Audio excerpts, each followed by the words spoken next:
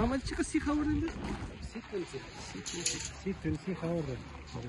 آقای علی بیگی. آقای علی بیگی خدا خیر به خودش نشان است.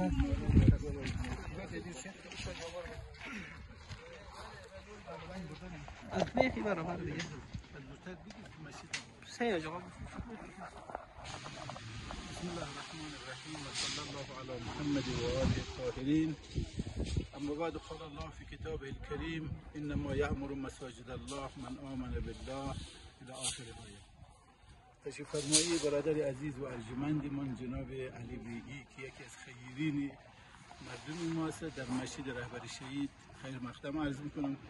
امیدواریم خداوند تبارک و تعالی برای همه توفیق عنایت کنه که بتونه در این راستا خدمت بکنه و نام نیکی از خود در چنین مواردی یادگار بگذاره.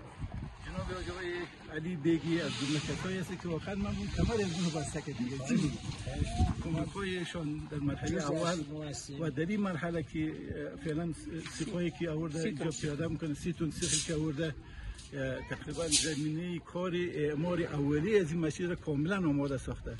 امیدوارم که باقی خیرین هم با تبعیت از ایشان و سایر خیرینی که دست خیر داره انشاءالله در این اقدام یک شریک شود و ما را در قسمت تعمیر مسجد رهبر شهید یاری و همکاری کنه.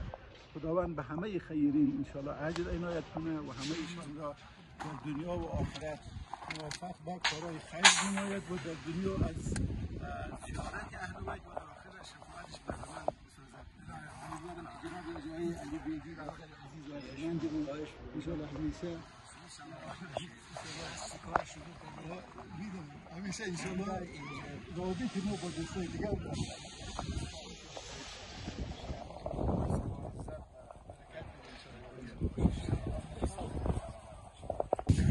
در این کار سهم بگیره، در این شرایط فعلی مردم رو تنها نگذاره، مسجد رهبر شهید را رها نکنه. ما انشاءالله تصمیم داریم که مسجد طبقه با بهترین امکانات عبادی و فرهنگی ساخته شود. یک مسجد نمونه در تمام افغانستان بشه که انشاءالله این به همت و همکاری خیرین امکان پذیره. ما که دست ما از آسمان پایین و از زمین کوتاه است. امور رقم دوستایی که در بامیان هست فقط چشم امید به دوستا و عزیزانی داریم که انشاءالله در این قسمت توانایی داره. خداوند به همه اینها اجر عنایت